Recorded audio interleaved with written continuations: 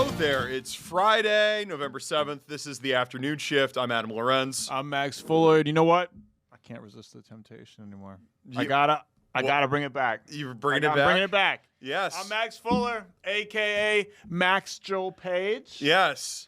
Shout out to the Sure. Negro League. Yes. Satchel Paige, one of the most legendary pitchers in baseball history. All of baseball. All of baseball history. Yes. A legend. Some of the craziest stories you've ever heard. Those old baseball tales. Yes. I mean, they're unbelievable. And Satchel Paige has a whole Yes. book full of them, several books full of them. Yes. A.K.A. Bullet Frogan. Okay. Another famous Negro League player. Oh, okay. The winningest pitcher in Negro Interesting. League history. The more you learn right here on the afternoon shift. Yeah. A.K.A. the light-skinned Jackie Robinson. A.K.A. a million other things. Welcome back to the afternoon shift. Yes. Yeah. It's Fridays. Is Friday the AKA Yeah, day? maybe Fridays will be the day. You Fridays- know, it's like casual Friday. Right. Yeah, maybe it'll be the day because apparently the viewers hate it. I'm sorry. I apologize. Do you have a sponsorship deal with Alpha Kappa Alpha? Isn't that a sorority? They call themselves AKA. They Isn't do. that a Yeah. thing? Yeah. I was never a sorority guy. Okay. You know, I was never Okay. in a sorority. I was never in a frat. Yep. Were you a frat guy? No sorority frats guy? at Notre Dame. No Greek life at Notre Dame. So, yep. There's none. None. Really? No, I pick up things along the way, but wasn't involved. The I dorms see. are like frats at Notre Dame. At least that's what we like to say. We don't Okay. really party. You but- guys don't? You just do the hazing? No. you're not ready to do it's that? very tame. Okay. Very, Yeah, very, I can't very imagine tame. that it was. Yes. Too crazy. Extremely tame. Yes. Yeah. Were you in a sorority, Grace? Yes. No, I was for like 2 weeks. I never was initiated, but I did have a bid. Oh. I went to the University of Missouri for one semester and then ended up transferring out. But I had to dip in the water of sorority life and just it Did they wasn't try to for make you me. do something crazy and you were like, nah? No, they didn't. I can't say that they did, but yeah, my mom and dad actually. My mom was the president of her sorority at Florida State, Wow. and then my dad he ended up eventually kind of being a running part of Greek life at Florida State. So I was bred for Greek life, so I kind of disappointed my parents in that regard. I think your parents partied pretty hard if They must have. presidents at Florida State. Seriously. My goodness, yeah. The president of partying is Yeah. what she was. Yes. Grace didn't mention that she's going to party tonight because today is her birthday. Yeah, happy birthday, Yeah, Grace. Yeah. Thank you. Thanks, guys. Yes. It's been a fun day. Adam bought us Jimmy John's. I Well, love yeah. Jimmy John's. That was Mom. What a Mom treat. did that. Mom did that. Yes. Yes. Well, thank you, Mrs. Llorens. That was Yes. very nice. Yes. Yes. No, it has been a good day. So we like to Grace celebrate. can finally buy cigarettes now. She's finally 18 years old. That's right. That's right. And for your birthday, none of us will be here. None of us will be here. We'll all be gone. That's my gift to the whole show. None of us will be here on Christmas We Day. just At least all- I hope not. We don't all. No, it's It's confirmed. confirmed. It's Confirmed. Okay, I great. think you're still. You said you're still working though, Christmas Day. Yeah, You'll be, I'll be at the radio station. Yes, because yes. the Minnesota Vikings just yes. I had to play on Christmas. I believe the Minnesota Timberwolves play on Christmas as well. Oh. I believe so. Maybe even Double shift. Yes. double duty. Yes. Just how I dreamed it up. You're right. You're dreaming of a white Christmas, and you're gonna get it. Yes. It'll be some kind of Christmas. Some kind of Christmas. Hopefully, I can at least get one W Yes. between the two teams for my birthday. Yes. You know, one of the big things we're going to be talking about during today's show is the Vikings game this weekend, which is back on Fox 9. The Ravens are coming to town. The Baltimore Ravens, Sunday at noon on Fox 9. One of the bigger games of the NFL Week 10 slate here. So Absolutely. it's a big thing, yes. Kind of crossroad game for both teams. right. A little bit more so for the Vikings. I think they're kind of in more yeah. need of a win. They kind of have to rack up as many wins as possible in a cutthroat NFC North and NFC playoff picture at large. Whereas the Ravens, I mean, even when I think they had one win and they were still favored to win crazy. the AFC North. It's kind of a reverse situation. They really only have to set their sights on the Pittsburgh Steelers, who had a really impressive win against the Indianapolis Colts last week. They've been pretty, above serviceable all year. Aaron Rodgers has looked like he's back. But that's really the only people that the Baltimore Ravens have to keep in mind. Even if they lose tonight, or on Sunday, I should say, they're probably still going to be favored to win the AFC North. but this is more a barometer for the Baltimore Ravens, who came into the season with title expectations, Super Bowl expectations. So if they want to still achieve that ceiling, those heights, they got to get past a formidable team like the Minnesota Vikings, who put the Detroit Lions in a box last week. They sure did. It will be the battle of the purple in Minnesota this weekend. The two purple NFL teams that really rock the purple, and it should be a really fun matchup. Both Lamar Jackson and J.J. McCarthy both playing well in previous week last week. So this will be fun. It'll be great, man. And I love seeing Lamar Jackson. I try to go out of my way to watch Ravens games as much as possible, anyways, because he's one of the most exciting players in the NFL. Yep. So it's going to be awesome to have him at U.S. Bank Stadium. Hasn't faced a Brian Flores-led defense in I think like 4 years. Yes. Something like 3 or 5 years. So we'll see. But apparently he's been pretty damn good against the blitz this season. But we'll see how J.J. fares against a formidable Baltimore defense. Not the Baltimore defenses of old. Right. When you think of Ray Lewis, Ed Reed, guys like that. Yep. But it's still a formidable Ravens defense nonetheless, and a great Ravens team. And Lamar Jackson is the exact kind of quarterback that has given the Vikings fits. These mobile quarterbacks, whether it be Caleb Williams, whether it be Michael Penix Jr., who's not as mobile but still is an athletic quarterback, these kind of second chance opportunities. The Vikings have a lot of missed tackles this season. They've been able to kind of get pressure on the quarterback, but not necessarily contain them. So that does not bode well. Hopefully the defense can get after Lamar Jackson. And there's so many people back there that doesn't even have a chance to pull off one of his, patented juke moves. Because just like, watching him in the open field it's a spectacle. Right. This will also be the Vikings' second matchup this season against a Harbaugh-led team. The first Harbaugh game did not go so well. That was the Chargers with Jim. Now he's got his older brother John coming to town. So that's another kind of a little bit of a storyline going into this one too. Yeah, for sure. Hopefully they can go 1-for-1 in the Harbaugh Bowl, the little mini Harbaugh series, I should say, throughout the season. Because this is obviously a huge game for the Minnesota Vikings. You have a bunch of divisional games still in the very near future, and among some other really tough matchups. That's right. Another big story that we're looking at today: the nominations are out for the 2026 Grammy Awards. Kendrick Lamar, he is leading all artists. He's got more nominations than anybody. Yep, I think he's got 9 of them, including record, song, and album of the year. Yeah. Hell yeah, man. Yeah. His just like last couple of years of dominance continues. Really just honestly a decade plus of dominance from Kendrick Lamar, who's been the standard of excellence, not just in hip hop, but in music in general. And I think obviously an artist that was not underground or unknown by any means, but that Super Bowl performance, coupled with the much publicized feud with Drake, took him to a different kind of echelon, man. Like people all around the world. Like I was telling you guys off the air today, I met a guy in Slovakia. He's from Georgia, the country, not the state. Barely knew any English, but he knew Kendrick Lamar. He knew he didn't like Drake. But he knew he liked Kendrick Lamar's music, man. This guy probably knew like 30, 40 English words, and Kendrick and Lamar were 2 of them. Yes. And so this guy, his outreach in terms of music is just you can't even imagine it, man. So there's no better standard bearer for hip hop. There's a reason that he's been so popular, not just with hip hop fans, but within the hip hop community. He's kind of a rapper's rapper. And usually you say that about someone that's like kind of lesser known. You say, oh, he's a whatever, an athlete's athlete, a coach's coach, blah, blah, blah, blah, blah. And that's usually describes someone that's lesser known. But man, everybody in the industry likes him and respects him. All the fans like him and respect him, and he's getting the accolades to back that up. No doubt. We'll look forward to the Grammy Awards in February. Also coming up in this hour, like I said, this is a story that we've been tracking the last few days. MSP, it's one of 40 airports that's seen some flight reductions beginning today. Yeah. Our good friend and Fox 9 colleague, Leon Purvis, is at MSP Airport. We're going to be going to him next. We talked to Brian Wacker of the Baltimore Sun.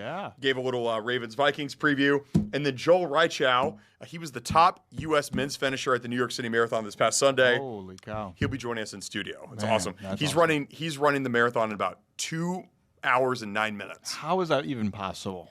It's incredible. He's like one of the best runners, arguably the best men's runner in the United States. He'll be joining us in studio. I cannot wait. It's crazy. I can ask him. My first question is how the hell? Yes, that's it. It's just how the hell.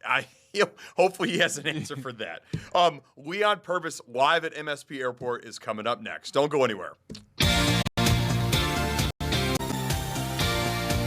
Welcome back. Today is day 38 of the government shutdown, and it's the airline travelers that are really seeing the effects of it now. Yeah, we talked about it. We've been covering it all week, actually, and it's finally really starting to hit. They're saying up to 10% of flights have been either like delayed or canceled in over 40 different airports. And obviously, it's those airports that are being directly affected, but it's every airport in the country that's feeling the ripple effects. No doubt. Those 40 airports, those are the biggest airports in the country, folks. ORD, LAX, JFK, LGA, MSP included in that mix. Fox 9 reporter Leon Purvis is at MSP. There he is. What's up, Leon? How are you?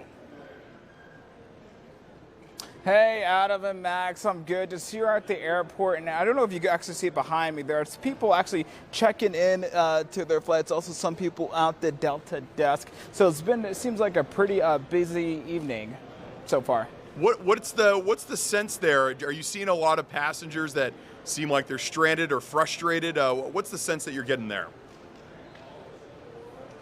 Not a whole lot of frustration as of now. I mean, a lot of flights are on time. And I mean, I went down the line here where the check-in is and asked people, hey, are you waiting for a flight? Did your flight get canceled? A lot of people said they're actually waiting for someone to pick them up. But there were some people who were waiting for a flight to Canada that got delayed. Also, I checked at the departure board. This is how you can check things out over here. The departure board tells you everything. It tells you if flights are canceled and delayed. And I saw a canceled flight for Chicago, also a canceled flight for DC. So there are some cancellations and delays, but not a whole lot. That board mostly says on time for most flights. So again, it's a very fluid situation. So you just have to keep aware of what's going on by checking either Flight Aware or your flight status to be up to date, whether for traveling this weekend or into next week.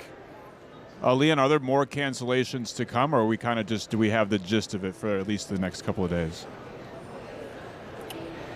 Well, so far what we do know is, here at MSP, there is a Delta hub, right? And according to Delta, so far for this weekend, cancellations for November 7th to 9th have been completed, right? So that's what they tell us right now. So we don't know what could happen into next week. Also, we're still waiting to get word from other airlines and what their plans are. We're going to be also checking with American Airlines and also other airlines that are also in this airport as well. Leon, MSP, like we said in the open here, it's one of 40 airports nationwide that's seen some flight reductions beginning today. What is the sense then that when you think that something like this is going to end? Do you think when the government shutdown does end, do you think that the airline situation will become more fluid and things will start opening up more?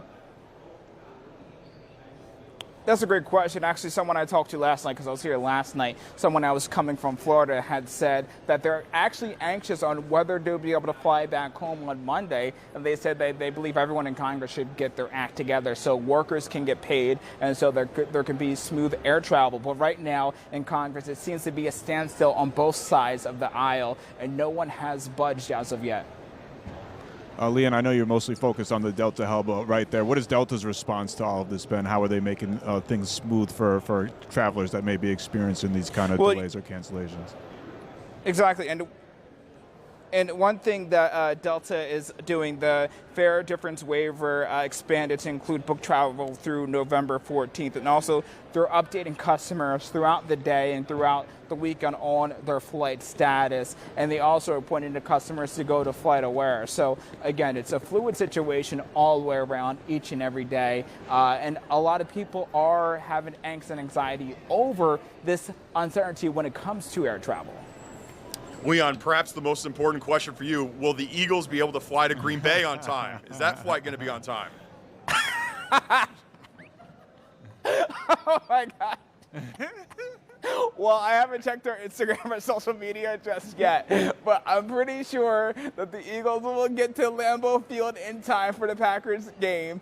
And for those that are Vikings fans, they're probably rooting for the Eagles to beat the Packers in Monday Night Football. So fingers crossed. Hopefully Jalen Hurts and the Philadelphia Eagles will be able to make it to Lambeau Field in time. You got me with the got you there question, Adam. In all seriousness, the Minnesota Star Tribune story about all of this, they quoted a number of passengers coming in from DC and Baltimore coming to the game this weekend. Really? Some of them concerned about getting back to the East Coast after the Ravens-Vikings game. So this is a big part. Football travel, college football, NFL football. It's a big thing this weekend. Yeah, I didn't even consider that. Yeah. Let's hope the Eagles get there as late as possible.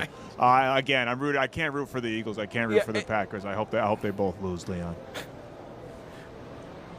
But, Max and Adam, you guys actually have a point there that, the Sunday and Monday travel is something definitely to look out for as the standstill continues. And it's okay, Max, if you don't root for the Eagles. My feelings will not be hurt, But, if they go back to the Super Bowl and I come into the office, you can have an Eagles-themed show on the afternoon shift if they win the Super Bowl. Leon, say you were worried about the Eagles' flight to Green Bay. Where can you go to check out and make sure your flights are all good?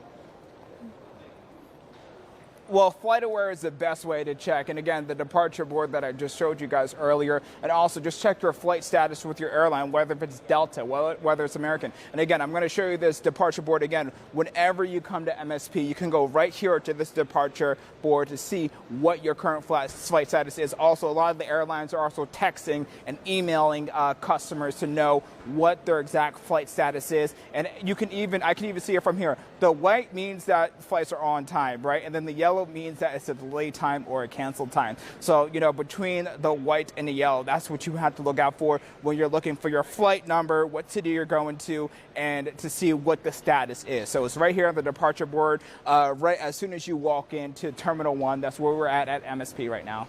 So, and Leon, that's the best way to do it, Max and Adam. Perfect. Yeah, and if you got a flight tonight, Leon, I know you're not far from that security line right there. Does it look like it's a very long line? Well, so I'm over here.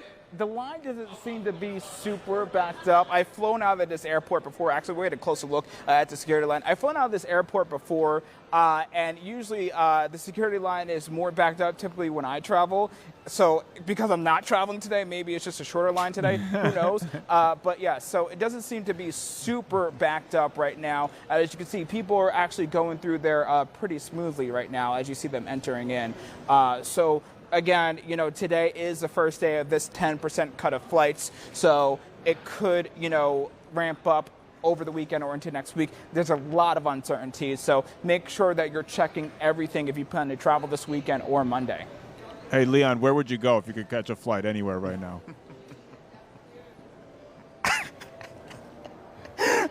Two places, to Lambeau Field for the Eagles game, take a flight to Green Bay, or Charlotte, North Carolina, to hang out with my nephew and my family. So. Oh, that's very wholesome answer. One terrible answer and one very wholesome, great answer. Thanks, Leon. Thank you. Appreciate it, Leon. Look, it looks pretty good in MSP. I'm not going to lie. I'm not going to lie. Looks like things are going pretty smoothly. Yeah, there. That board looked great. Yeah. No line. Pretty It's dang security. normal, yeah. And it's a Friday, too. Right. Maybe I just should catch a flight. Well, maybe all this news kind of scared some people off, and now it's kind of opened it up a little bit. Might be a good time to go check out those flight prices. Yeah, what's like the latest you've ever booked a plane ticket? Like before, like you book it and then it takes off, like a few hours. Yeah, well, yeah. I mean, because a lot of my flights when I'm overseas, I'll go to another country and I'll just be like, it'll be the day before. Yeah, it'll be like hours before. It'll be the night before. I'll just be like, looks like this is cheap. Bloop bloop bloop bloop bloop. All right, cool. I'm going to Croatia. Yeah. So I just live life on the edge that way. I dig it. You don't ever do that? You plan it months ahead, weeks ahead. What's the latest you've ever booked a flight? I mean, so let's take away like emergencies. Yeah, like I gotta get there. Usually it's at least 2 weeks. At least 2 weeks. But have you ever had a flight get canceled? I've had a flight to get canceled before. Yeah. I've gotten stranded before. It's the worst it's feeling. It's not fun. It is not fun. But I would like to do the whole live on the edge one time. Yeah. And I've heard of people, they show up to the airport and they pick out a flight that's taken off in like 4 hours. They're like, I'm gonna go to that one. That's great. I mean, people back in the day used to just show up to that's when they bought their ticket. There was no buying your ticket at a time. You just showed up to the airport and bought your ticket. To me, that's just kind of insane. You could be planning a 2-week vacation. You don't even know if you're gonna get your ticket. Right. That would be so anxiety-inducing for me. But I don't know. Sometimes you plan months ahead, and other times it depends because the ticket prices sometimes they're the best to get ahead of time, and other times it's like a week, and it's like, oh, this is not that bad. Yep, 100%. Thank you to Leon Purvis for that live report. Yeah. It looks like MSP is doing pretty fine right now. We'll see if that sure. maintains. But I know lots of airports around the country have been really affected by this thing. Yes.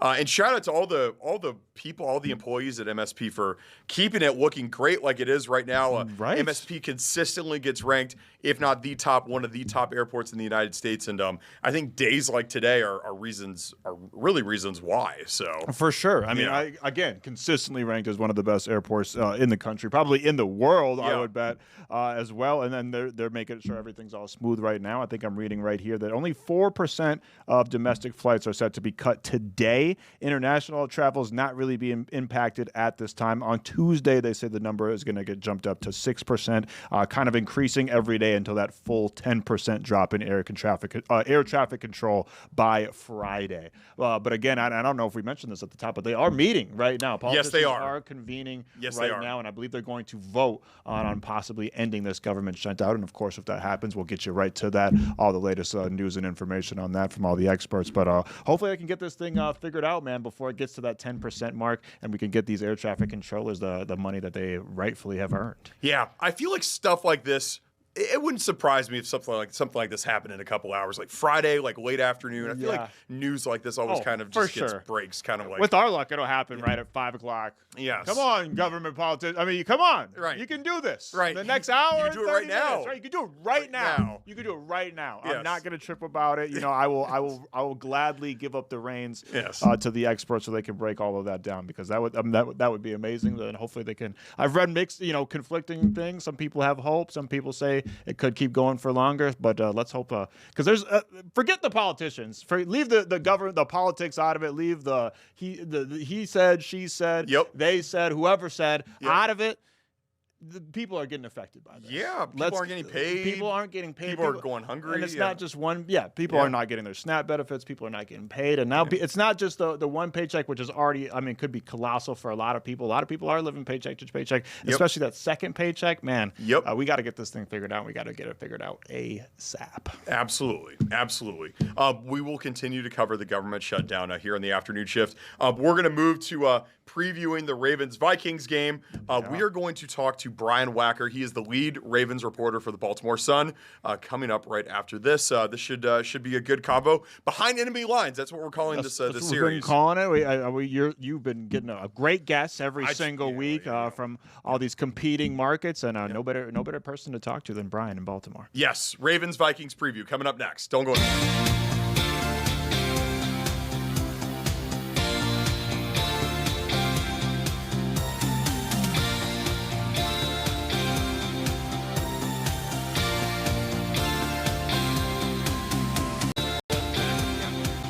Sunday's a big day here in Minnesota, Max. Huge day. It's a battle of the purple. It is a battle of the purple. Vikings versus Ravens. You look like you're about to hop in the game with this jersey on, dog. I got a little gold tint here, so that's where my allegiance is. But the Ravens, of course, are purple and black. The Vikings, purple and gold. This is a great matchup. Both teams won last week. Absolutely, and hopefully the Vikings don't end up black and blue. That's right. After this Sunday's game. That's right. Here to give us a little preview of Sunday's matchup is the lead Ravens reporter for the Baltimore Sun, Brian Wacker. Brian, welcome to the afternoon shift. How are you? Thanks for having me, guys. We appreciate you joining. Look, the Ravens, you guys have won 2 straight after starting the season 1-5. Right now, you are currently the favorites to win the AFC North, despite being 500. Why is it so much that the books still like the Ravens to ultimately get it done this year? Well, I think it's twofold. I think it's one, you look at the rest of the division. Certainly, teams like Cleveland and Cincinnati really don't feel like they're going anywhere. And then Pittsburgh, you've seen them kind of slide back these past couple of weeks and maybe not play as well of late as they did earlier in the year. And then the second part of that, of course, is the Ravens. As you mentioned, they've won 2 in a row now, beating the Dolphins, beating the Bears. Defenses seem to maybe turn the corner a little bit after struggling quite a bit the first month of the season. They had a number of injuries. Of course, Lamar Jackson was out for a few games. So you add all that together, and it feels like this Ravens team has turned the corner. But I'm with you guys. I think this is a huge game and really a huge litmus test to see if the Ravens really have turned the corner. Kind of off the back of Adam's question there is like, obviously the Ravens coming into this year, they got Super Bowl expectations. A lot of fans, a lot of people in the media think it's a Super Bowl or bust type year after the really rocky start to the season. You got 2 wins straight now. Do you think the ceiling is still the same for this Ravens team?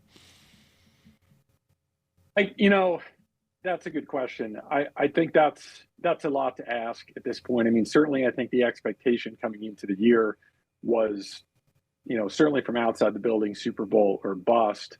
But I think there's still a lot of question marks about this Ravens team, be it the offensive line, be it the defense, and whether they're able to put pressure on J.J. McCarthy and other quarterbacks. Whether they're able to come up with turnovers and stops and sacks. I mean, only one team, guys, has fewer sacks than this Ravens defense, and that's the Jacksonville Jaguars. So to me, this sort of feels like, at best, a team that's maybe building toward momentum and making a late season run. But again, I don't see it yet. I think there's still too many questions that need to be answered. And, talking about this game in particular with Minnesota, I mean, Minnesota's a much different, more difficult challenge than a team like Miami, certainly, and even Chicago. And I think we saw that last week, of course, with the blitz and all the pressure that Minnesota brings and what Brian Flores does. Of course, everyone here in Baltimore remembers 4 years ago, Brian Flores was the coach of the Dolphins, and they blitzed the daylight out of Lamar Jackson down in Miami in a big upset. Held the Ravens to just 10 points back in that 2021 game, which was a season low. So to me, I think this is kind of a good marker to see where Baltimore is at and if they can actually continue their ascent toward a team that could be considered a serious Super Bowl contender. Let's talk a little bit about Lamar Jackson. He's back, 4 passing touchdowns last week, and a win against the Dolphins. You just mentioned the Dolphins with Brian Flores there. Max and I, we were really scratching our heads over the stat: 23-4 career record versus NFC teams, which is just incredible. Yeah. Truly amazing. What do you expect from Lamar coming back this week? Do you think he's 100% healthy? I would think that Flores is going to bring the pressure on him again. Yeah, certainly Lamar seems to be healthy. He says he's healthy. He looked healthy in Miami. There was a little bit of rust, I feel like, maybe early in that game with a couple of passes that were off the mark. But I would expect him to play well. But it'll be fascinating because, as you mentioned, Brian Flores is going to bring it. He's going to bring the blitz. And last week against Miami, Lamar was really good. Completed, I think, 9 of 10 passes or 9 of 11 passes. 3 touchdowns against that Miami blitz. Of course, Miami's blitz, a lot different than what Minnesota does, as you guys know and saw in that game in Detroit last week. And you mentioned that NFC record. One of those losses, of course, came earlier this year to the Lions here in Baltimore, where they, again, brought a ton of pressure. I think they had 30 pressures maybe in that game and sacked Lamar a career high 7 times. They're tying his career high. So I would expect kind of a similar blueprint to what Detroit did. Whether they have that success, who knows? But, this offensive line has been a struggle, particularly in pass protection. So it's going to be imperative for Lamar to get rid of the ball quickly, for his receivers to run their routes quickly and kind of adjust and adapt as needed in those hot routes and things like that. So I do expect him to be sharp because, no quarterback in the league has been better against the blitz this year than Lamar Jackson. Has the best pass rating against it. Of course, Jared Goff has also been really good against the blitz this season. We saw what happened there. So, it'll be interesting to see how that plays out. Now, the Ravens know what they got in their QB, Lamar Jackson. Same position on the other team. The Vikings are still trying to figure out what they have in J.J. McCarthy. Everybody here has mixed opinions. Some people think he's the savior of the franchise. Some people are still, the jury's still out. I'm curious from the outside looking in, what are your thoughts on J.J.? Yeah, I think, look, he's essentially a rookie quarterback, and so you're going to have some ups and downs with him at this point. But one of the things I think that'll be fascinating to watch with him this weekend is his mobility. The Ravens have often had struggles with teams that have mobile quarterbacks, and of course, J.J. McCarthy is certainly that. And they've had trouble containing the edges this year in particular. Now, they did bring in Draymond Jones in a trade. They made it just before the trade deadline. So that should help both with him being able to play inside and outside as a guy who can maybe, bring some pressure on McCarthy and kind of help keep him contained. Jones is obviously a very good run defender as well. So to the point about kind of containing those edges, I think that will be imperative for Baltimore to do that, because again, that's something they've kind of struggled with at times this year. And so I think it'll be interesting to see if J.J. McCarthy is a guy who could hurt Baltimore with his legs. Brian, the Ravens defense only allowed 24 combined points over the last 2 weeks. You mentioned their struggles sacking the quarterback, the second fewest sacks in the NFL, and some of the challenges they'll face with JJ this week. Do you feel like maybe kind of like the Ravens offense with Lamar, that maybe the defense is kind of turning the corner? I mean, I think when most people think of the Ravens, you think of defense first. Ray Lewis, like guys like that. You think they're turning the corner there too? Certainly better than they were earlier in the year. Part of that is injuries. I mean, at one point they were playing 5 rookies starting on defense earlier this year. And so to me, they're fully healthy, essentially. Now they do have a couple of guys that they're without. And Nnamdi Madubuike is lost for the season with a neck injury. The talented defensive tackle, Broderick Washington, just underwent an Achilles surgery. So that leaves them a little thin in that group up front along that defensive line. But one addition that's been really, I think, enormously helpful to them of late was trading for Alohi Gilman, the safety from they brought in from the Chargers, sent out outside linebacker Odafe in that deal. And what that's allowed is Baltimore to kind of return to their 3 safety looks that they really prefer on defense. Earlier in the year, they've been playing a lot of 2 safety looks. They lost Ardarius Washington before the season started, so they never really replaced that third safety. And so they were going with a lot of 2 safety looks, which is not really what they like to do. But by going with 3 safeties, that allows them to bring Kyle Hamilton, of course, the sort of unicorn, uber talented, all pro defender, play him closer to the line of scrimmage. They can bring him on the blitz. We've seen them do that a number of times in the past couple of weeks. And that's really disruptive for opposing offenses. So Hamilton is a really, really good player, smart player. And so I think having him, being able to move him around as a sort of a queen on the chessboard and play, multiple positions, be it on the back end all the way down into the box, is a huge help for this defense. Because again, they're just not generating a ton of pressure on quarterbacks. And if you do that against even a guy like J.J. McCarthy, that could be problematic, especially with guys like Justin Jefferson on the other end of that. So to me, I think they've turned the corner a little bit, but it'll be interesting, again, to see how Draymond Jones factors in and how they're able to kind of, move forward in this next phase with their defense. Brian, I was reading the Baltimore Sun this morning, and I was reading the predictions, and the only person that picked the Vikings to win was this guy, Brian Wacker. What's up with this guy? Well, what makes him think that the purple and gold are going to come out on top against the purple and black? I just look at that game against Detroit, and I came away really impressed with what Minnesota did. And again, I just don't know that I'm fully sold on the Ravens completely having turned the corner yet. I mean, certainly they played well against the Bears. They even played well against the Rams in a loss a few weeks ago here in Baltimore. So at least defensively they did. And of course, Lamar Jackson did not play in that game. So anytime you take Lamar out of the equation, look, I get it. That's going to hugely impact this offense in a negative way. And so all that said, I just like what Minnesota does defensively. I think can cause problems. I also think that crowd noise could be a bit of a problem. This is an offensive line, particularly on the interior, that has struggled with pass protection with their 2 guards. So I kind of like this as a back and forth, really tightly contested game.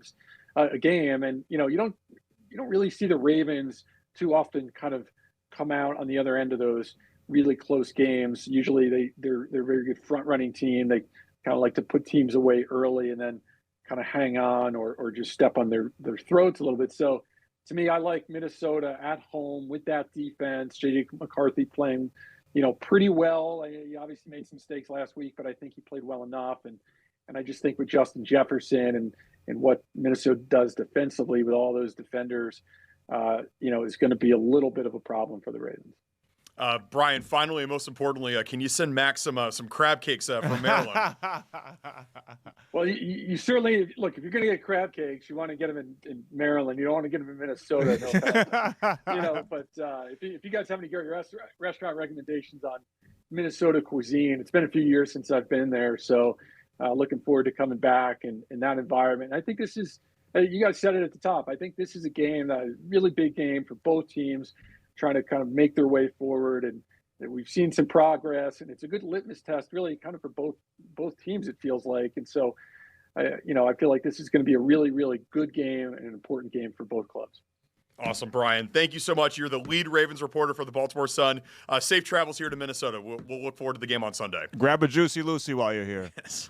Will do. Thanks, guys. That's awesome. You know what's like the one when somebody asks for like a restaurant? I think we talked about this yesterday. Yeah, but it's like, tough. Is it tough? It's tough. Yeah. It's tough. There's not just like one standout shine. I mean, if someone asked you to give me one restaurant in L.A. or New York, would you have just one just off the top of your head? It's like it's tough. It's tough. Minneapolis There's has a lot. Sneaky good food scene. There's a lot. Yeah. People, it's got an underrated food scene. Yes. Here. Yes. Yeah. There's great food here. Yeah. We'll look forward to this game on Sunday. It's right here on Fox 9 at noon. I think the pregame coverage on Fox 9 starts at 10 a.m. So get it in your calendar, folks. It's honestly one of the best games of the entire week slate for the NFL. For sure. And sometimes the NFL slate is there's some stinkers. There's some weeks where you're just like, man, it feels like there's no good games. This week there's a lot of really intriguing games. Yes, absolutely. Ravens Vikings right here on Fox 9 on Sunday. All right, we will continue with the afternoon shift right after this.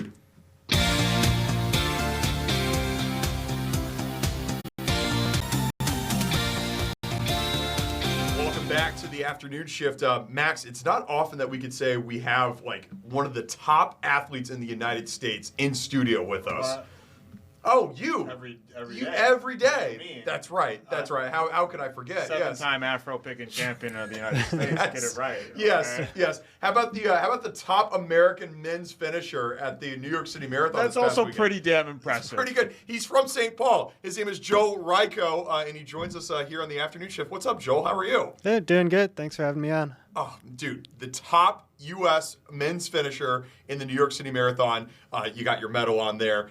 How was it? Let's just talk about your timing here. 2 hours, 9 minutes, 56 seconds, folks. 6th place overall. That's a 4:58 mile. I mean, this is incredible, Joel. Just talk to us about the experience. Yeah, it was crazy. I think a lot of people did not have me in their like top lists, so it was good to make myself known and kind of compete with some of the top people in the world and compete with some of the top U.S. runners too. Yeah. That's crazy that you say that. That a lot of people wouldn't have had you there because like. Obviously you're talented. I mean, obviously you're amazing. You got the accolades to back it up. And when I was looking you up earlier, I saw your coach said he called you the best runner that no one has ever heard of. Do you like it that way, or do you want a little attention?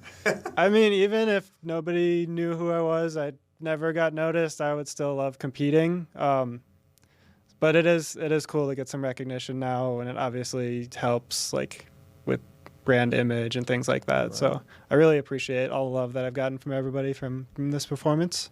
Yeah. Has this just boosted your performance? You're getting all the IG followers up, people sliding in the DMs and whatnot? Yep. We need to get you more love around the Twin Cities. I mean, Joel's from St. Paul. Minnesota Wild, if you're out there, this guy needs to drop the puck. Let's play hockey. Yeah, Vikings, he needs to ring the Galler horn, like the whole deal. That'd be sick, yeah. Talk to us about the course for the New York City Marathon. It's a very difficult course. Yeah. Can you talk? It starts in Staten Island, it hits all 5 boroughs. Yep. It ends in Central Park. Just talk to us about the course. Yeah, so the race starts out on the Staten Island Bridge. You go straight uphill for about a mile, and then you come back down. And that kind of sets the tone for the race. I feel like between all the bridges, it's pretty flat, but some of the bridges can get a little tricky. How do you prepare for that? Like, do you run the exact route and kind of like what's your the night before? What's that like? I've heard some of these legendary stories about the meals you guys eat the night before. I just keep it simple, just whatever is not going to bother my stomach. In terms of like preparing for the race, we try to get in some more hills for this build-up just because we knew the course is challenging. What's like your go-to night before a big race meal? Just like pasta. I know that's not going to bother my stomach. Sometimes lasagna, things like that. Sweet. There's a lot of very amateur runners out there that are probably watching right now. They're wondering, like, what kind of shoes does this guy wear? What kind of socks does this guy wear? I mean, how does a real marathoner like yourself, what are you outfitting yourself with? I mean, it's different for everybody. It has to be a shoe that works for you. For this race, I ended up using the Metaspeed Edge Tokyo. I'd done one workout in it, but I work in a shoe store, so I had a chance to try it on and walk around in it and make sure it felt good. And after that workout, I was like, this feels amazing. This feels right for me. We're just going to save this for race day. And then trainers, I've also been using ASICs quite a bit. So I've been using the Glide Ride Max. It's just comfortable. It's got a nice rocker to the forefoot. And it's pretty versatile. Works in a shoe store. Wow. Works in a shoe. That's Right. your day job, working in a shoe. Yep. So you've got 50-year-old dudes coming in wanting to put on some New Balances and Yep. getting advice from you, and you're like, dude, I'm one of the best runners in the whole country, right? I mean, you telling them that? I don't tell people that really. You should. I would. There's a I'm lot gonna of start people. telling people I know you, just so somebody's bragging about you. It's funny. A lot of people will be like, "Do you run?" I'll be like, "Yeah, I do a bit." Yeah, A little bit. If they dig more, then I'll tell them. But typically, I don't brag about myself very often. Respect. I would. That's why I'm not good at anything. I totally would. It's like one of those movies, like the Hitman in those Right. movies. It's like, don't mess with them. He's like, yeah, I fought somebody once or twice back in the day. And then they show a compilation of him just kicking ass Right. for years and years Right. and years. That's what Right. Joel is. He's like a sneaky, hidden assassin. Definitely is. Definitely if is. you will. I'm curious, like when you get top, like when you're ranking in the top, 5, 10 of these races, you're winning these races. Are there like prizes, or like what's kind of like, what is the goal? What is next? Like what are you shooting for? What are the accolades for when you win one of these things besides that sweet gold medal that you got? So New York had like really nice prize pool because it's one of the biggest marathons in the world. It's one of the world majors. So the individual prize money, or the overall prize money for 6 was like 10,000, and then Sweet. American only prize money was like 25,000. So it's a very nice payday. It helped a lot. Hell yeah. No doubt. All right, so you're on the track, LA 2028, the Olympics. They're coming to the United States. How can you get there for 2028? We still got 3 years to go, but you got to be thinking about it, right? Yeah. So there's a world standard, which this year is going to be 206.30, and then they take people off of rankings as well. So it's a little bit of a complicated system. But in the U.S., barring you have a time or a world ranking that'll get you in, it's top 3 at the Olympic trials. So when you say 206.30, that's the world. That's 2 hours, 6 minutes and 30 seconds. Yep. You finished in New York in 2 hours, 9 minutes and 56 seconds. That's that 3 minutes. That's the edge between being the top American finisher at the New York City Marathon and being an Olympian. You know. Kind of, more or less, yeah. They do, so their goal with the standard is to get half the people in off of that standard and then the rest off of world rankings. So U.S. ended up having to get people in off of world rankings on the guys' side last year. So it does go a little deeper than 206. And like big races, like New York has extra bonus points for placing well. So that does help. Where are you ranked at right now? I'm ranked 13th in the U.S., I believe. Wow. That's pretty nuts, man. That's crazy. That's so nuts. That's crazy. You're ranked 13th in the U.S. You were ranked first in the New York City Marathon. But it wasn't just you from Minnesota. Minnesota had a huge day in New York on Sunday. Let's talk about Joe Klecker of Minnetonka. He finished 10th overall, his first ever marathon. Annie Frisbee of Edina, my favorite city in Minnesota. The second U.S. women's finisher, 5th overall. And Elena Hayday of Minneapolis, 12th overall among women as well. Minnesota Distance Elite. You're wearing the pullover zip down right there. Yep. Can you talk about your team? Why is Minnesota having a moment right now when it comes to long distance running? I mean, Minnesota's got a long history of running. I know winters are tough here, so it's hard to convince other people to come here and run. But I mean, there's lots of good runners that have come out of Minnesota, and I think Lundo and the team have done a lot to put us in a position to be successful. Yeah, I'd say. Right. Yeah. Joe, we hope to see you in L.A. in a couple of years. Obviously, New York was illustrious. Where's your favorite place that you've ran so far, and what's a race that you haven't got into yet that you're looking forward to? New York is honestly one of my favorite courses. It's a really crazy experience going like over these empty bridges, and then you come out and the crowd just like erupts, and it's like deafeningly loud with people cheering. That's a crazy experience. I also love Grandma's home course. it's obviously a blast. Yeah, very for close to my heart. In terms of races that I haven't done, more of the world majors would be really cool to experience. So like Boston obviously is a bucket list item for a lot of people. Yeah. Have you gotten to go international yet? Race anywhere overseas? I've done one overseas race. So it's NACAC Cross Country Championship, which is like North American, Central American. It ended up mostly like a race between us and Canada, and it was in Trinidad and Tobago in this like really strange course that's like this giant roundabout park. It was a very odd place, but it was a lot of fun to be a part of. It was very, very hot, but it was a cool experience. It sounds like it, man. That's awesome. You mentioned the Grandma's Marathon. I know that you're not a person to brag about yourself. I'm going to brag about you. You won Grandma's Marathon this past June. You're the first Minnesotan to win that marathon since 2009. 6 years since 16 years since a Minnesotan had won that marathon. What does that mean to you to win here back in your home state? I mean, it means a lot. Obviously, like Grandma's is a huge thing in Minnesota, and so to be a part of that tradition is huge. And there's some big names from Minnesota that have won that in the past, so it's cool to be mentioned among them. You've mentioned your team a couple of times. Like, can you tell us a little bit more about this team, the Minnesota Distance Elite? Yeah, so we're a professional running team. We don't have like a shoe sponsor per se, but we've got a lot of like local sponsorships. They help us out with travel for races that aren't covered, things like that. We've got like Dakota Popane, who is an Olympian, who is 12th in the world at the Olympics. Annie Frisbee obviously has been crushing it. So we've got about 22 athletes now, and anything from like 800 all the way up to marathon, trying to see what we can do. Incredible. Where's your favorite place to run here in the Twin Cities? I tend to run down the Summit Median a lot and on River Road. I also really like Lake Harriet a lot too. So what's next? What's the next big thing that you're preparing for?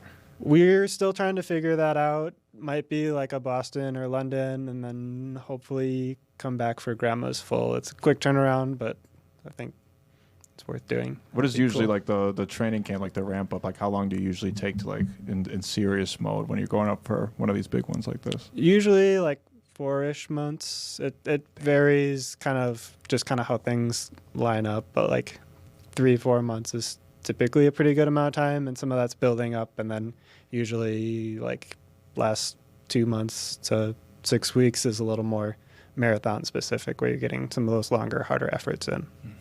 Have you ever been mistaken for Weird Al Yankovic? I'm sure you get this question all the time. Yep. All the time, yeah. You could, if he was running, I'm sure were getting some shout outs in the crowd in New York for that, right? Yeah. Yep. Yeah. And for Grandma's, I had a mustache, so people were calling me Frank Zappa as well. So.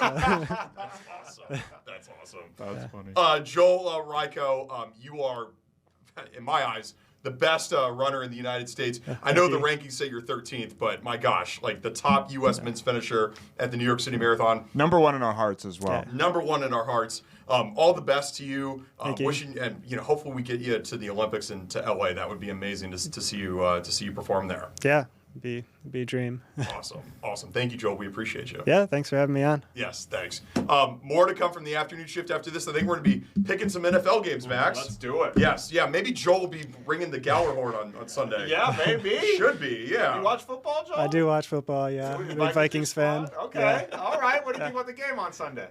I didn't get to watch any of it, but it's good to see them win. And yeah. Good to see that spark back. For sure. Yeah. You got hope? You got hope again? Are you one of those doomer Minnesota fans? Or you got No, the roster is so good. It was just like they lost focus for a bit. Right. We're back. Yeah. Let's go. I love it, Joel. Thanks again, bud. Appreciate it. Thank you. More to come from the afternoon shift after this.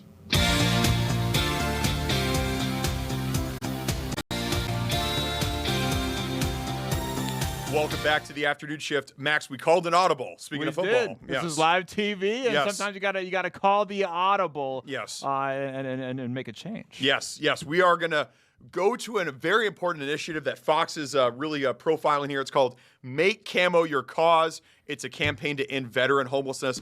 Max, Veterans Day is on Tuesday of next week, so we're thinking about all of our veterans this week and next week. For sure, every day, but That's especially with the holiday coming up here, and especially we want to shine a light on this unfortunate thing that has way too prevalent with our veterans returning home. Yes, to learn more about this, go to go.fox/US Vets. And joining us now is an Army veteran and the VP of Programs at US Vets, Mr. Larry D. Williams. Mr. Williams, welcome to the afternoon shift. Thank you for having me. Really appreciate you guys. Thank you. Well, we appreciate you and your service to our country. Can you tell us about your time in the Army? Where did you do some of your tours? Oh, absolutely. And I'm a veteran from way back. I joined the Army in 1985 and got out in 1989. So I don't know how many years ago that was, but you can do the math. And it was actually, I had a great time. I got to be honest. When I went into the military, I was 17. My first duty station was Korea. First tank, shout out to all veterans out there, and shout out to all Army veterans who were in Korea. And so first tank was my first duty station. We were in South Korea defending the border. And then my second term, and that's right, ETS, was at Fort Hood. And, my military experience taught me a lot, helped me to mature when going in at 17 and coming out with a family, a wife, and children. So it was great, yet coming out of the military, we definitely had some challenges to overcome trying to assimilate into the civilian world. But my military experience was wonderful. Thank you for asking about that. Larry, now obviously you're here to talk about the Make Camo Your Cause campaign. How did this whole campaign get started? Oh, U.S. Vets, the nation's largest. We are the nation's largest nonprofit organization, and our mission is to prevent and end veterans' homelessness. And so Make Camo Your Cause was launched to actually raise awareness. We want it to become the national symbol for acknowledging veteran services.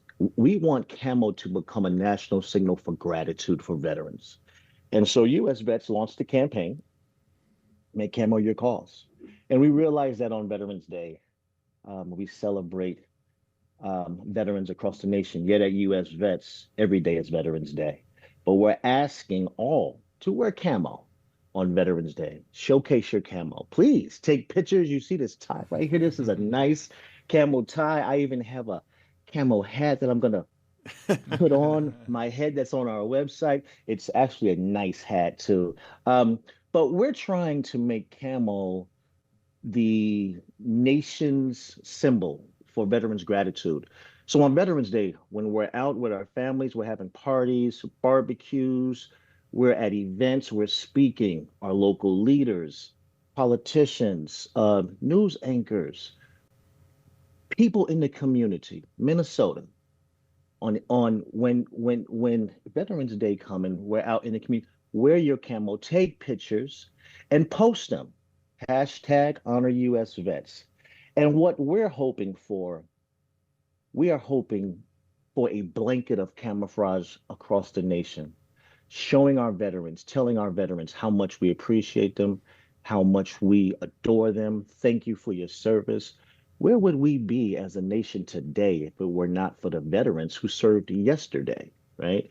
So Make Camo Your Cause is all about raising awareness and showing veterans our gratitude. And I'm hoping that we see a lot of posts. Remember, hashtag honor US Vets.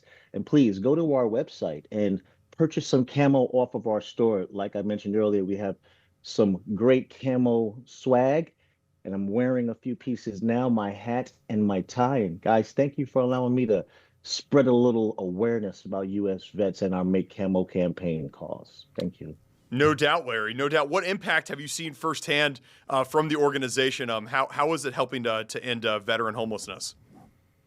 Great question.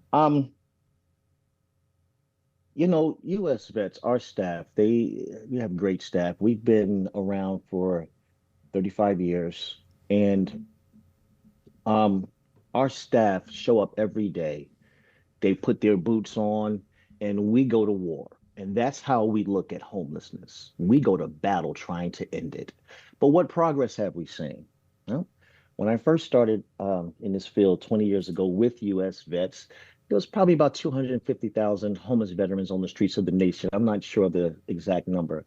Today, there is 33,000 homeless veterans on the streets of the nation, and that showed great progress. And as a nation, we really collaborated. We did our best to address NIMBYism, not in my backyard, because it is in our backyard. It's on our front streets. It's downtown. It's everywhere, and it's something that we're trying to eradicate. With those numbers now being at 33,000, we are finding that mental health, behavior health is in need. We are finding that permanent housing. We are definitely trying to increase our permanent housing inventory, and we're getting into the prevention, because we are going to solve homelessness, and that 33,000 is going to come down. But what we want to do is get in front of it so it never has to occur. U.S. Vets believes a veteran, no person who spent any amount of time defending these streets, this great nation, and then come home and have to sleep on them. So we are steadfast on our mission to eradicate homelessness. We are pouring into prevention. We will have prevention models all over the nation. And what will our prevention models do? Hopefully help our military service members and their families with any issues that may be occurring, mitigating those, solving those, removing those, helping them to overcome their challenges, so that we don't have growing numbers on the back end. Because now that those homeless numbers are growing down, we want them to stay down. But if we don't get on the prevention side, then those numbers are going to continue to go back up, right? Or we'll be kind of stagnant, because there is a need for prevention, and that's where our focus is. After we solved it, we don't even want it to come back ever.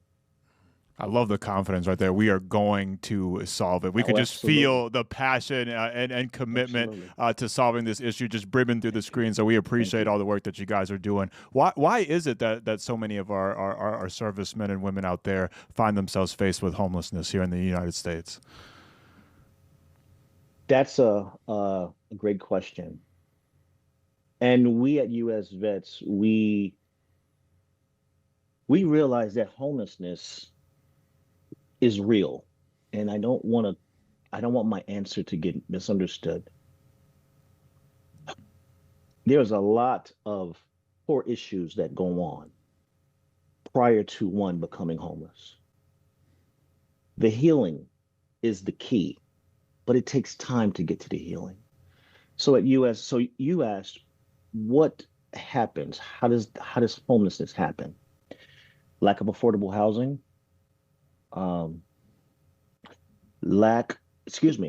Poverty. The cost of living is very high, and when you're in the military, things are a little different. And so, picture this now: veteran goes into the like myself, 17 years old, going to the military, and promises are made. Hey, you're gonna go in, you're gonna serve your country, and Larry, when you come out, don't worry about it, because you're going to get a job. You got lifetime medical and housing benefits. And yes, we do have all of that. Yet, though, sometimes things happen and challenges occur. Military skill sets sometimes are not understood by civilian employees and by civilian employers, excuse me. So we have to translate that. Can you imagine a military person being in the military for 4, 6, 8, 10 years, operating $20 million equipment, airplanes, tanks? These guys are logistical giants, and they come out the military, and it's hard for them to get a job because the person they're interviewing with doesn't understand the military skill set, right? And there's another piece to this. We also have to educate the veteran on how to communicate what he's done in the military and make it translate over into the civilian side. So one, employment skills, transferring those over. Sometimes trauma occurs, and that's real. Unfortunately, it changes people. And when they come back, sometimes they're not the same as they left. They're different. And life happens. And our job at US Vets is to be there when they come home. Keep the light on. Those guys dedicated their lives to serving this great nation. They've served us. Now it's our time, our opportunity, our privilege and honor to serve them. So you asked what leads to homelessness. Well, many different things can lead to homelessness. Mental health, substance use, lack of affordable housing, poverty, skill set not translating over. And then it just compounds. And then before you know it, you find yourself in a situation where you need assistance with housing. And again, US Vets is trying to get in front of that. We want to set up our prevention hubs that will provide mental health counseling, that will provide employment training and opportunity and access, that will provide not just treatment for or assistance for the veteran, but for the family members as well, because it's not just an individual issue. It's a whole family dynamic that we're trying to assist. So we're really pouring into the prevention because we not only want to eradicate homelessness, but again, we're doing our best to ensure that veterans don't even have to go down that line. We want to stop it on the front end. Prevention is the way to go. Well said there, Larry. Where can people learn more and donate to the Make Camo Your Cause campaign? Make camo your cause. Go to usvets.org, please. usvets.org. Check out our camo shop. And again, on 11/11 Veterans Day, take your pictures. Take your pictures of your swag, post them, #HonorUSVets. I see on the screen here, go.fox/USVets. By the way, let me pause for the cause for a second. We so appreciate Fox at US Vets. Thank you, guys. You guys are a great partner. You have helped us to raise awareness across the nation. You have adopted us as a partner. And our Camo to Cause campaign is as successful as it is because of the collaboration we have with you guys at Fox. So thank you. I really appreciate you. Absolutely. Right. Thank you. Yes. Awesome. Thank you, Larry. We appreciate you. You are an Army veteran yourself and the VP of Programs at US Vets. Well said with all the information. And folks, just one more time, that's go.fox/USVets. Thank you, Larry, again, and we'll be talking to you soon. Awesome. You know, I think I would love to have Larry as a general for me one day. Yeah, just like seriously. Kind of commanding and giving He'd be out ready to information. run through a wall. Just listening to him answer those questions. Absolutely. Very regimented. I like sure. that. So Passionate. Very important cause. You see it there at the bottom of your screen, or you did see it just there at the bottom. There it is again. Good job, Grace. Go.fox/USVets. All right, we called it audible. Blue 42. We're going back. We're coming back to the line of scrimmage here. Right. So. What is that when you fake the That's audible? right. That's right. Yeah, That's right. yeah. Mahomes said this play never works. This play never works. And then, it's like Yes. a trick play. We Yes. tricked y'all. Right. You got to put what is it? You got to put the pill in the pudding or Yes. whatever. We gave you guys the real. Now we Yes. get to have a little bit of fun. Now we're having some fun. We're going to give some NFL picks for Week 10 coming up right after this.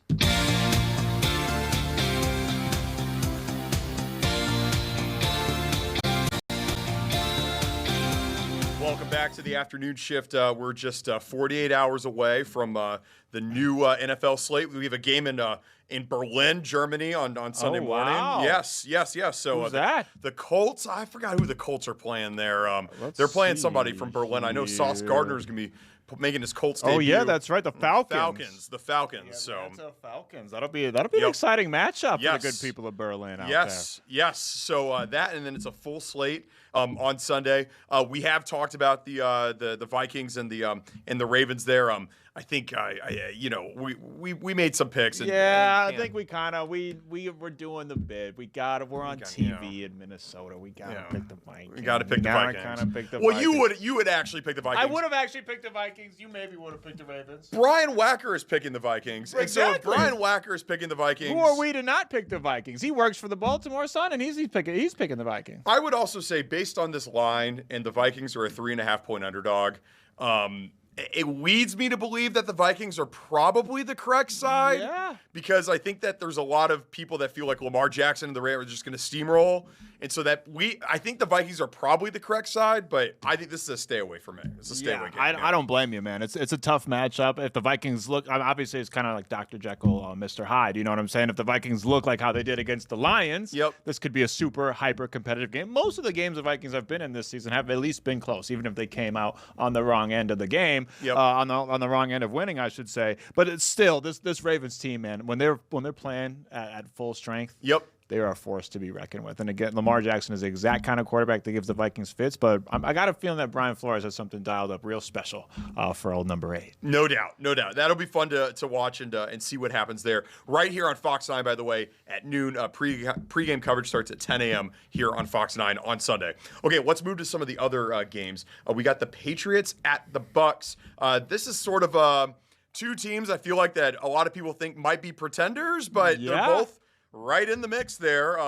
This will be interesting. The Patriots are red hot, 2.5-point underdogs in Tampa. What do you think? And then they've won 6 games in a row. I believe. It's hard to call them a pretender at this point in the season because I don't even think a lot of people thought they would be here. I certainly wasn't one of those people that expected Drake May to evolve into a franchise quarterback, but that's exactly what he is. Check this out. Drake May has posted 200+ pass yards and a passer rating of 100 or better in each of his last 8 games. That's incredible. That's the longest streak within a season in NFL history, tied for the longest. I mean, this is a guy that's playing for the New England Patriots, setting records that even Tom Brady hasn't touched. And again, these are heights that only a few quarterbacks have ever reached in the whole history of the NFL. I mean, he is on fire. That man is balling. And the defense, I mean, New England is playing really complimentary football because check this out. The defense, they haven't allowed a running back to reach at least 50 rush yards in a game. Not the whole season. That's not crazy. Even 50 rush yards in a game. I mean, it's hard to pick against a red-hot New England team like that. But listen, this Bucs team is scrappy. They kind of have taken on the identity of their franchise quarterback, Baker Mayfield. It seems like offensively and defensively, they're scrappy. They got that next man up kind of mentality. They've been dealing with injuries all season, but they've been battling through it and found ways to be successful. Again, a matchup of probably 2 of the top 5 MVP contenders in Drake May and in Baker Mayfield, which again, it's so crazy to say that Drake May is an MVP contender this season, but I got to roll with the Patriots on this one because they're just playing some really nice complimentary football right now. Yeah, I like the Pats too here. I just like the vibe around the Pats right now. I think the Pats are going to sneak up on some people. There we see our picks. Grace, she mentioned her parents grew up in Florida State. So, Grace, there's a little bit of Florida bias here. Yeah, I was born in Tampa. Oh, so we didn't know that. I never been to as a Bucs game. So. On your birthday. See, that's her birth city of Tampa, Florida. She's repping her birth city. I don't blame you, Grace. Her birth state. I don't blame you, Grace. I don't blame you. Let's bring it out to the great state of California. We got the Rams at the 49ers. This is one of the better rivalries in the NFL that people just don't talk about. Yeah. This is a great rivalry, great passionate fans on both sides. The Rams 4.5-point favorites at SF. What do you make of this one? Well, I'm curious. Is Brock? Do we know if Brock Purdy is playing in this game? I think he is playing. Not? I think he is going to play. Yes. But it hasn't seemed to matter for the 49ers. I mean, they seem to keep getting similar output. It's kind of a plug and play lately with the San Francisco 49ers, which has kind of been the knock on some people on Brock Purdy is that this is just kind of a system that almost anybody can flourish in. And a Mac Jones, a guy that hardly had any success in the NFL, has found a lot of success this season under the helms so I guess it doesn't really matter. But I like this LA Rams team, man. Again, they're playing really good football on both sides of the ball. Matthew Stafford and Devontae Adams, their connection has been real. I mean, this is probably besides Justin Jefferson and Jordan Addison, Puka Nacua and Devontae Adams. You don't get better wide receiver duos than that. If it's probably 1A and 1B between them and the Vikings for wide receiver duos. Can't forget about the Cincinnati Bengals as well. But that Rams offense has just been, I mean, man, they've been really good. They've been really impressive so far this season. So I'm rolling with the LA Rams. The 49ers have just kind of been, they find ways because they're a well-coached team. They're a deep team. They find ways to win in these games, but they haven't really been impressive for me. Talk about pretenders. I'm kind of feeling pretenderish about the 49ers, which sounds ridiculous to say. They're one of the most consistent NFL franchises of the last decade plus. But for me, they feel a little pretender-ish. They're just kind of sneaking by in these games, finding different ways to win, but unimpressive ways nonetheless. So I'm going with the LA Rams on this one. Let's not forget, the 49ers went at the Rams on Thursday Night Football several weeks ago. They were 9.5-point underdogs. They won that game outright. SF was my preseason Super Bowl pick. You got to roll with that. I'm an LA guy, and I'll shout out. I'm sticking with the Niners there. Grace, your dad's a 49ers fan. Yeah, like you got to roll with your dads, right? Oh, yeah, absolutely. Yeah. So this will be a fun game. I think this is the Sunday game I'm most looking forward to right here. One going with the Rams, huh? You're on a win there but they're 4.5-point favorites, so that's a good side to be on. And they're 3-0 since they last faced the San Francisco 49ers. So they've been on fire, and they're looking for revenge. They're out looking for revenge. For the Battle of California's heart. Not really, though. It's the 49ers. They're the most popular team, right? Yeah, I would probably say it's just as the Rams left. Certainly the team that is the least popular in California is our next game. The Steelers at the Chargers. Listen, the Chargers, they're always just kind of be like the Clippers. But listen, the Chargers, I feel like are an annoying team. They are. They kind of took care of the Vikings a few weeks ago. The Steelers, 2.5-point underdogs at LA. There will be more Steeler fans there than Charger fans inside SoFi Stadium, for sure. Absolutely. How do you see this one shaking out? Again, you want to talk about a well-balanced football team. The Los Angeles Chargers, top 10 in offensive yards per game, top 10 in defensive yards allowed per game. The defense has kind of taken a step back. They started off the beginning of the year elite. They've taken a step back. Obviously, we talked about that ahead of the Vikings-Chargers matchup. Obviously, the Chargers got right.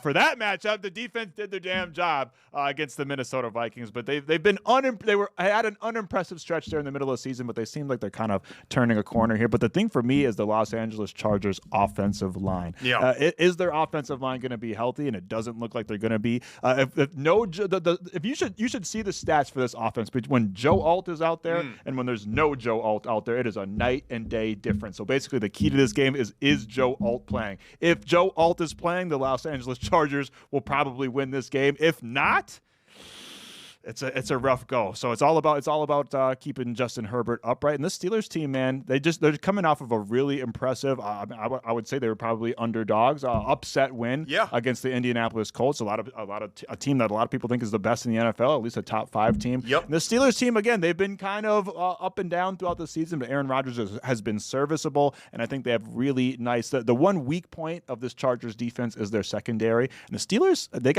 we like to forget. I mean, Aaron Rodgers has been balling. You don't hear his name a lot. Right. He's throwing to DK Metcalf a lot. DK Metcalf he's not having a top level season like we're used to him having in the Seattle Seahawks uniform, but he's been pretty damn good this season, and I think they have a really nice matchup with DK against those Chargers defensive backs. So I'm rolling with the Pittsburgh Steelers on this one. I think the black and gold get it done. Yeah. Tell the people where Joe Alt went to college. Notre Dame. That's it. He did good.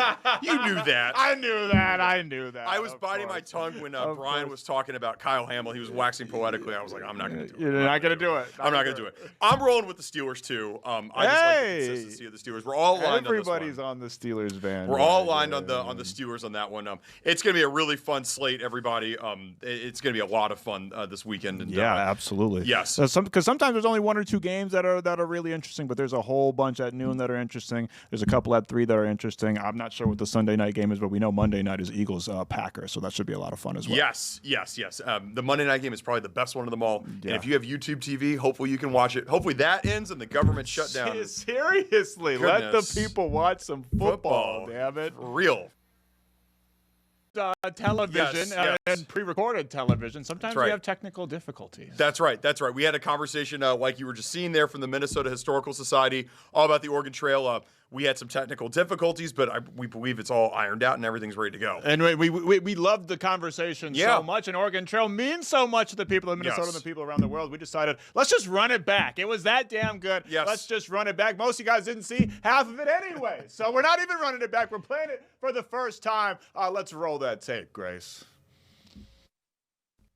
Welcome back to the afternoon shift. Max, you a big computer game guy. I was when I was a kid, certainly. I think we all kind of grew up kind of learning how to type with those computer games. And one thing that seems to be a universal experience across the country, maybe even across the world, is everybody growing up playing Oregon Trail. That's right. I have very fond memories of playing the Oregon Trail. A lot of decisions to be made. For sure. And all of that, everybody, you get dysentery eventually, and then you die. And it happened to all of us. At least it happened to me a lot.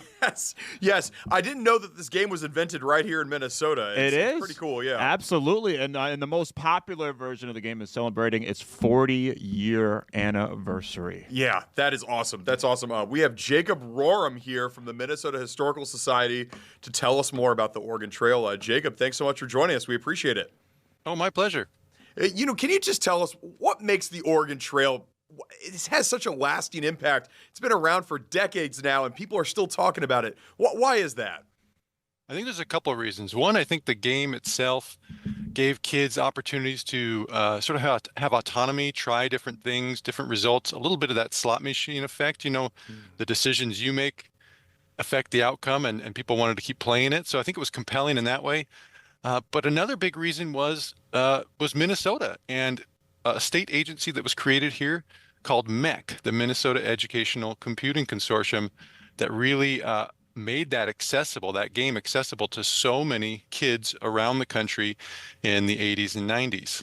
So a couple things there I think that have made it continue to last. It was so widespread, and it's just a compelling game.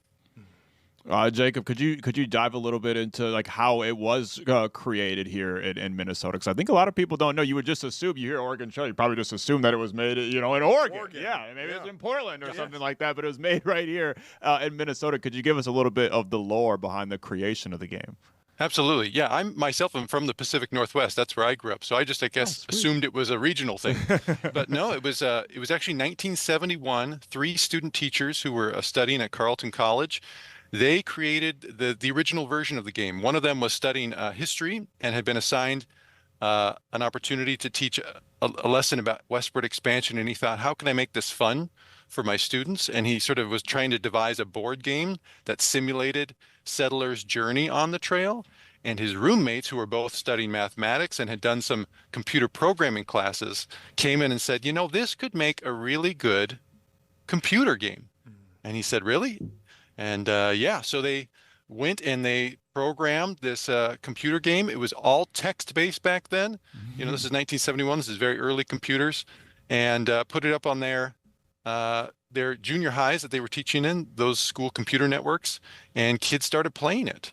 So that was the origins, pretty humble origins. And actually, when they were done with their student teaching, they deleted it from the computers, printed out the code, and they thought that was it.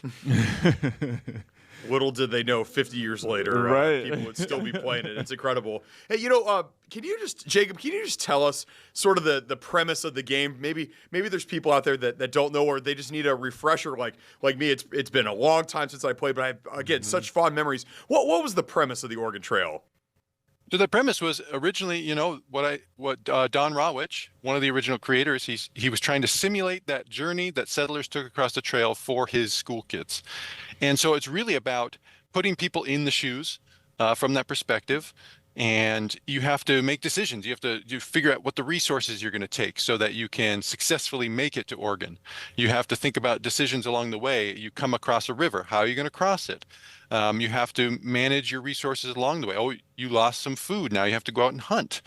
And these are the basic building blocks of that game that started in that text-based version. There was even a hunting game in that version. Many people remember fondly that hunting mini game in many of the later versions, but the very beginning, it was depending on how fast you typed the word bang was how fast or how successful your hunt was, because the computer could time how fast you were doing it. So from the beginning, that hunting minigame was in there. So really, it's all about simulating that journey, and if you're successful, you make it to Oregon. But putting yourselves in the shoes of someone, I think, was also revolutionary at the time. A lot of the games were very sort of logic and math based. So that simulation effect, even on that basic text-based version originally, I think was really revolutionary. Yeah, it's incredible how innovative that was for the 70s. That's and then obviously it continued to innovate and evolve from there. Can you kind of just talk about like the evolution of the game going forward? And I don't know, when's the last time we got an update? Is there a 2025 version of Oregon Trail?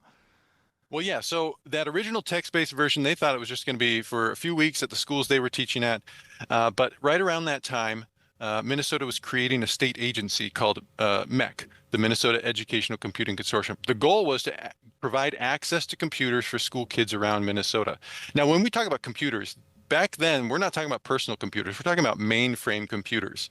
So the way you access these was through teletype terminals. These were sort of like printer typewriter combos. You would enter something in.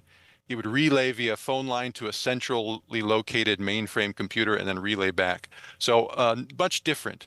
But a couple years after he finished his student teaching, Don Rawich had gotten a job with MEC. And they were like, hey, we're looking for more programs we can add to our computer system.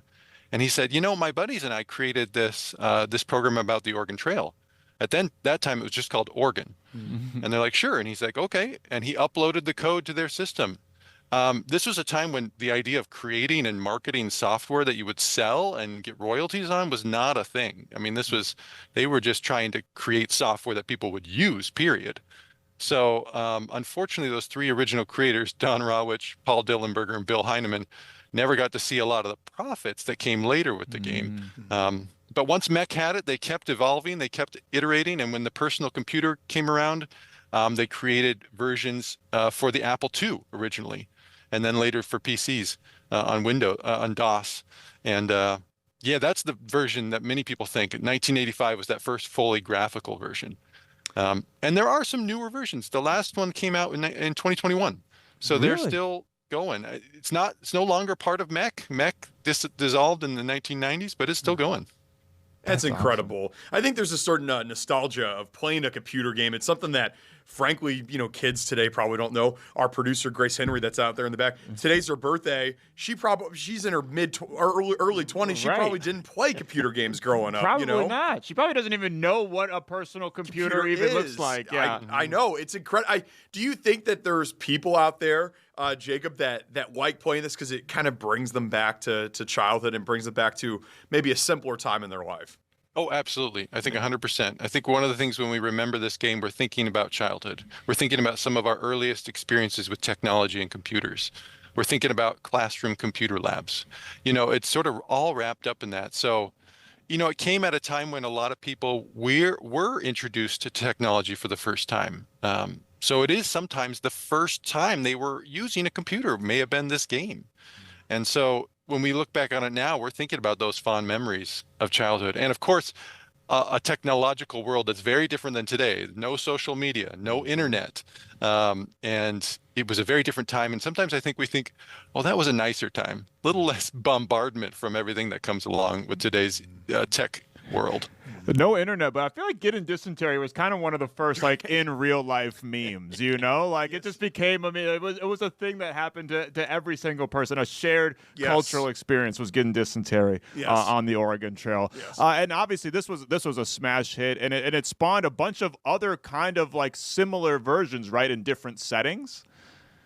Oh yeah, I think once the Oregon Trail was a big hit, in the 90s, they came out with Oregon Trail 2, which sort of really just exploded in terms of expanding the world of the Oregon Trail and the amount that you could do in that. But there was also the Amazon Trail. There was the Yukon Trail.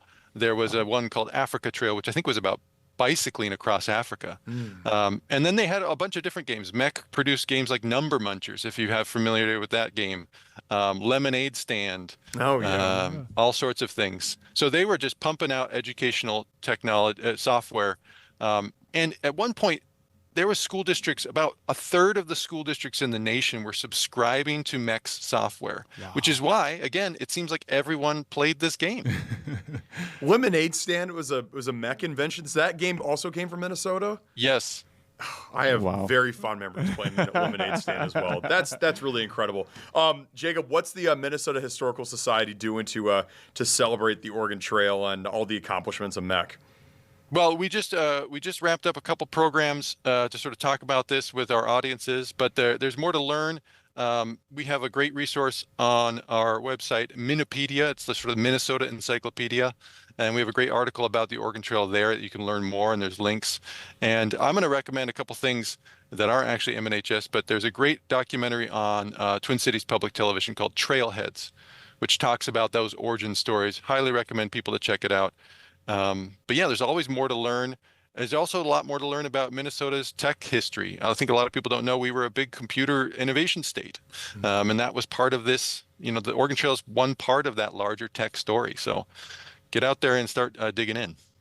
Speaking of getting out there and starting to dig in, what's the next project now that the Oregon Trail kind of talks have wrapped up? Well, we got a couple great programs coming up here this month, November. It's also the 50th anniversary of the tragic sinking of the Edmund Fitzgerald. So we're going to be doing our memorial beacon lighting up at Split Rock Lighthouse on the 10th. You can tune in. There's going to be a live stream of that. And then we've got an event here at the Minnesota History Center in St. Paul that's going to be reflecting on the legacy of that event and why it has captured our imagination for 50 years. And that's going to be on November 20th at the Minnesota History Center in St. Paul. And, of course, you can catch the Edmund Fitzgerald documentary produced by our own Joe Augustine at Fox 9 right now on our YouTube page. Gales of November. The Gales of November and the Fox local app. That 50-year anniversary is this Sunday. So just really incredible. Jacob, we really appreciate your time. Thank you so much.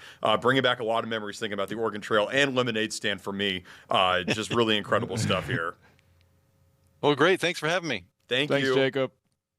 The Oregon Trail. Never would have known it was a Minnesota invention. Yeah. That's awesome. Yeah. In true Minnesota fashion, we're humble. You know, we don't like to brag about it, but that might be the greatest invention to come out of Minnesota. I know they just had the coolest Minnesota contest thing. Oregon Trail, I think if that was in the tournament, it might have won. Yeah, it's incredible just to hear Jacob say that at one point a third of school districts nationwide were subscribing to Minnesota computer games, essentially Minnesota-made computer games. Because it does feel like every single person of a certain age has played the game. Right. And all came out of the state, and you would have never have known that it came out of the state. Like you said, very humble about it and everything. Right. So educational and entertaining all at the same time. There's not a lot of games you could say about that these days, but that's the Oregon Trail. Yeah. To a T. Yeah. I think if you want to talk about the GOAT computer games, Oregon Trail's definitely top 3. Yeah. Backyard baseball. Backyard baseball is definitely up there. Shout out to Pablo Sanchez. Shout out to Dysentery. And shout out to Dysentery as well. We'll be back here on the afternoon shift after this. Welcome back to the afternoon shift. Max, we began today's show talking to Leon Purvis at MSP Airport. Yesterday, we had a great conversation with Gunnar Olsen, the host of the Thrifty Traveler podcast. Yeah, for sure. Looking at this whole flight cancellation business from another angle. We've been looking at it mostly from the workers' point of view, but what about the traveler themselves? That's right. Gunnar had a lot of great insights yesterday, so we figured we'd roll it back. So let's play that interview again. Mr. Gunnar Olsen. What's up, Gunnar? How are you? Hey, guys. Thanks for having me. We appreciate you joining us. Can you tell us about this flight reductions announcement and what that means for air travelers, particularly those flying out tomorrow for a weekend getaway? Yeah, well, I'm one of them, so I've got my fingers crossed as well for this weekend. But basically what happened was yesterday, the federal government or the Trump administration said, airlines, you have about 24 hours to figure out how you're going to take out 10% of your schedule. So what's going to happen is starting tomorrow morning, it's not going to be 10% all at once, but there's going to be kind of a gradual decline of flights out of most of these, major 40 airports, MSP included. So I think the brunt of the cuts are going to be in kind of the Northeast corridor, Boston, New York, DC, probably a little bit in Southern California too, like the busiest areas. And then Chicago, Atlanta, we'll see some pretty significant cuts as well. But I think the airlines are just trying to figure out a schedule that works for as many people as possible. And that's unfortunately going to mean the cancellation of a lot of flights. They have said the big long-haul international flights aren't going to be touched in this. So hopefully your big trip to Europe, if you've got one in the next week or so, is still on schedule. But there's going to be a lot of pain at airports over the next few days, and hopefully people aren't caught up in it. So do you anticipate, you mentioned there that the big international flights aren't going to be affected. Is this going to affect kind of people maybe trying to travel back home to some smaller town places? Yeah, unfortunately, I think the regional flights, those really small regional jets, the ones that seat like 70 people, flying to and from rural communities. You know, the little flights we have from MSP all over northern Minnesota and North Dakota and South Dakota. I think some of those could be in peril. Not every single one of them, but I think those are going to be the first ones to go because the airlines don't want to touch the big long haul ones that they're making a ton of money on. They don't want to touch the ones that are going from major hub airport to major hub airport. So that just kind of leaves the little guys, unfortunately. And the weird part is those little regional jets take up just as much airspace as the big jumbo jets do. So by reducing a few of those, they can actually reduce fewer seats and the same amount of flights. So sadly, our friends in rural areas might be the ones hit hardest by this. Gunnar, if you are kind of hit hard by this at an airport, what rights do you have as a traveler if your flight is delayed or canceled? Do these rules just kind of run the gamut no matter what airline you're flying? Yeah, so there's a rule. The U.S. law is that if your flight is canceled, no matter what airline you're flying, as long as it touches U.S. soil, if your flight is canceled, you are due a refund if you want it. The other case would be if they rebook you and you accept that rebooking and take that flight, then you are no longer eligible for the refund. So if you're flying down to New Orleans on Delta from Minneapolis and they cancel your flight and they reroute you through Atlanta, if you take that connection through Atlanta and take that flight to New Orleans, you're no longer eligible for the refund. But if they change your flight and it really doesn't work for you and you just want to scrap the trip or just take the money, you are due a refund. Make sure you go get it, though. You do have to request it. The airlines are also issuing travel waivers for this week. American, Delta, and United have all allowed you to change your flight without a change fee or without even the fare difference in most cases. So you can just pick the flight that you want. So that's giving everybody a little more flexibility if you're flying one of the big carriers. If you're flying the low-cost carriers, if you're on Spirit or Sun Country, you might be SOL when it comes to your flight out if it gets canceled. Gunnar, for all the procrastinators out there who haven't maybe got their tickets yet and then they want to travel in the coming weeks here, how do you think this is going to affect flight prices? It's an interesting point. I think because there are fewer flights in the sky, fewer seats usually means higher prices. But are there going to be enough people who are spooked by this and maybe say, I'm out, I'll try and fly again, maybe in December, maybe next year? That could be the case. So that could open up some spots as well. We'll see where the dust settles. If this thing lasts enough weeks in a row here where we're kind of getting into the Thanksgiving travel season, I mean, first of all, that's going to be a total mess. And second of all, it could lead to some good kind of last minute deals for people if they really know where to look. Gunnar, is there a particular time to fly that maybe you're going to have a less risk of a delay or cancellation? I think that there's this old adage, and I subscribe to the theory of the first flight out is usually the most on time. Is that actually true, or is that just kind of an urban myth, if you will? No, it is true. I've crunched the numbers on this. The first flight of the day is always the most likely to operate, and it goes down a few percentage points every hour throughout the day. The last flight of the day is always the worst. So I always recommend, especially when they've issued travel waivers like this, go rebook yourself on the first flight of the day. Yeah, it really stinks getting up in the 4s and the 5s to get to the airport for that 6 a.m. flight, but you're going to get to where you want to go more often than not when you fly that first one of the day. That's what I did for my trip. I'm leaving tomorrow. I'm going home to Chicago. And I rebooked myself right on the first flight of the day, and I'll be up before the sun, but I suspect I'm going to get to Chicago. So it's always worth it. I recommend, especially when delays and cancellations are popping up in times like this, go get that first flight. Gunnar, do you think it's at this point, do you think people should maybe look at alternatives to flying possibly, or do you think it's still better to probably take the risk of buying a flight at this point? Because, I mean, should people look into maybe renting a car or taking a train to their destination? Yeah, if an alternative is there for you, I'd recommend having as many options as you can. And that includes alternate flights. So go book yourself a totally refundable flight. It's going to cost you a little bit more. But if you have a refundable flight next to the one you've already booked and your flight gets canceled at the last minute, then at least you have something. You can go get the refund for your old flight. You have your new one. Make sure you set yourself a reminder to not forget to cancel the refundable one, though, so you're not just using it as a burner ticket and still having to fit the bill in the end. But leave yourself as many options as you can in times like this. It's always good to have a backup plan. If you can rent a car and go, that might make sense for you, especially for a shorter trip. Gunnar, what's the best pizza spot in Chicago for all the people out there? Oh my gosh, don't do this. I'm gonna have half the city coming after me. I'm gonna have the whole city coming after me.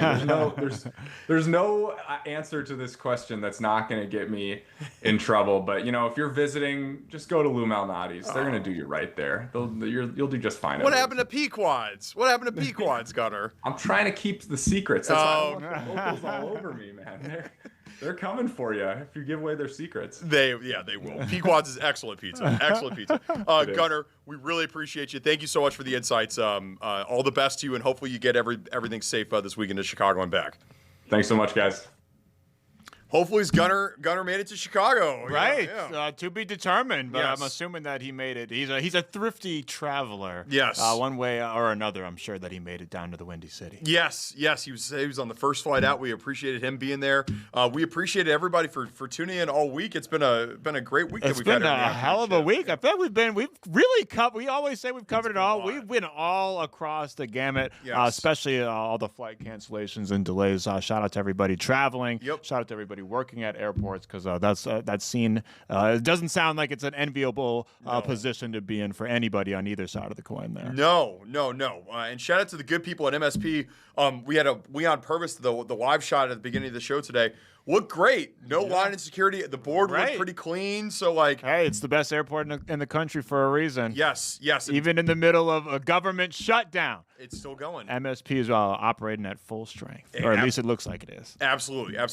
We will be at full strength on Monday. Yeah, we'll be back here. We'll be back at full strength, same time, same place. You got the whole weekend. Normally, you only got 23 hours. This time, you got the whole weekend. Do with it what you will. All I ask is one thing: make sure you skol on Sunday, and make sure you come back here on Monday. Well, can't people listen to you on Sunday after the game? They can listen to me after the game. They can also listen to the game. KFAN 100.3, KFAN Sports Radio, or the free iHeartRadio app. Listen to PA and Pete call the game expertly as they do. But you can meet us back here, same time, same place on the afternoon shift, Fox 9 on Monday. In the meantime, I'm Maxx-Fuller. Adam-llorens. The 5 o'clock news starts now.